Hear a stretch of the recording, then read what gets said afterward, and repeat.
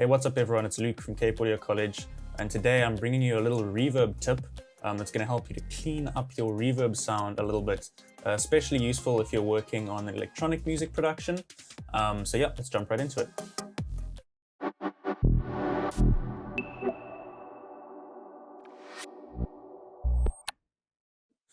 Okay, so I've got a little Ableton Live set here, and I've got the Super Source synth, and basically I want to apply some reverb to it. So on the Serum track here, I've got these chords.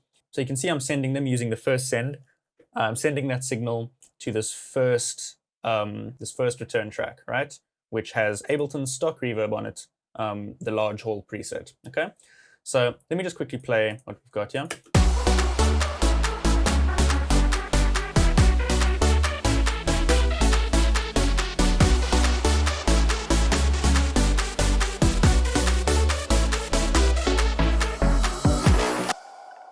Okay, so this is what we're going to focus on. Just a little chord pluck, right? Nothing too fancy going on here. So let's take a look. If I come down to my reverb here and solo it, so now I'm just hearing the wet signal or just the reverb. This is what we have.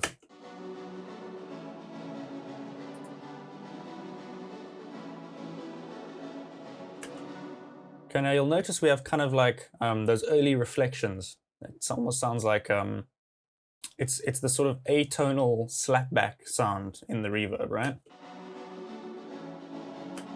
And what I really want is for that reverb to just be sort of, I want it to be a lot more smooth. I don't want that sort of percussive early reflection sort of coloring the sound, right? You see, even if we turn our early reflections all the way down, it's still there to some degree. But I do kind of like some of the other characteristics that the early reflections add to the later part of the reverb. So I still want to keep that. And I've turned my pre-delay down. But we've still got that kind of knocking early reflection percussive part in the reverb, right? Now I could solve that in one sense if I changed my actual synth. You know, if I came to Serum here and I changed the articulation so that the synth wasn't so attacky. That would solve it a little bit. Now we don't have that percussive knocking in our reverb. But that's not really a solution, in my opinion, because I'm changing my synth to suit my effects, which doesn't seem right. So what I'm going to do is I'm going to employ this little trick. Full disclosure, I did not discover this myself. I believe I learned this. There's an old video somewhere of Kashmir giving a talk, and he's talking about how he does some mixing things, and I believe he talks about this technique. So full credit to him, but it's incredibly useful, so I thought I'd share it today. So basically what we're going to do is you'll see, I beg your pardon, that we've got this track here. And this track just has this kind of little click sound. Oops, it's turned down. Sounds like this. So it's just a little percussive hit, and you'll notice that it's following the rhythm of our chords, right? So what this is a signal that we're going to use as a sidechain input, right? So if I go back to our reverb, I'm going to drop a compressor before the reverb, all right? I'm going to press this disclosure triangle to open my sidechain section. I'm going to enable sidechain, and I'm going to go audio from 24 plastic click 5. That's this track, right?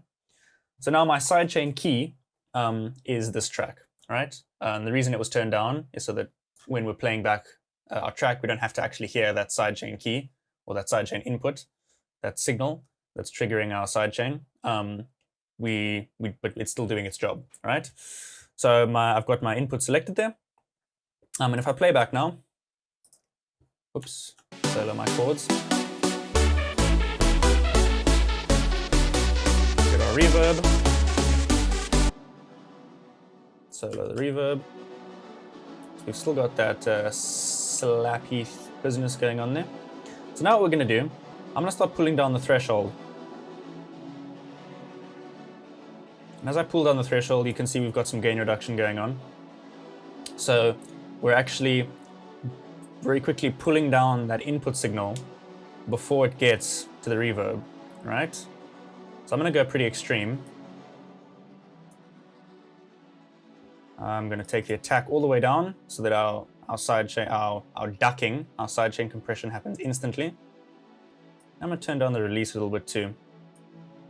Turn the ratio up a bit so that we're really getting a lot of gain reduction, right? Now, you'll notice we've lost a lot of level in our reverb, right? Because we're cutting off a big part of the incoming signal, the beginning part. So I'm just going to take a utility, because Ableton's reverb does not have an output gain control. And I'm just going to push this gain up by about 10 dB. And now you'll notice, if I push it up further, we've lost a lot of that sort of percussive atonal slap in the beginning of the reverb, because we're essentially cutting off that transient in the beginning of our signal that's coming to the reverb. That little transient pluck that from our synth, from our supersaw pluck, is being basically killed by the sidechain compression before it can even get to the reverb unit. So I can back it off a little bit. You'll hear that slap come back, right? And obviously you can play with this to get the result you want. I'm actually going to increase the release a little bit.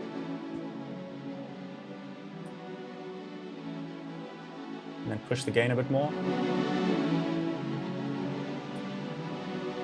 Maybe back on the threshold a little bit. Alright, so let's do a comparison. So this is without. Okay, cool. And then this is with. A lot smoother, right? And in my opinion, a lot better. So that's with. Without. Yeah.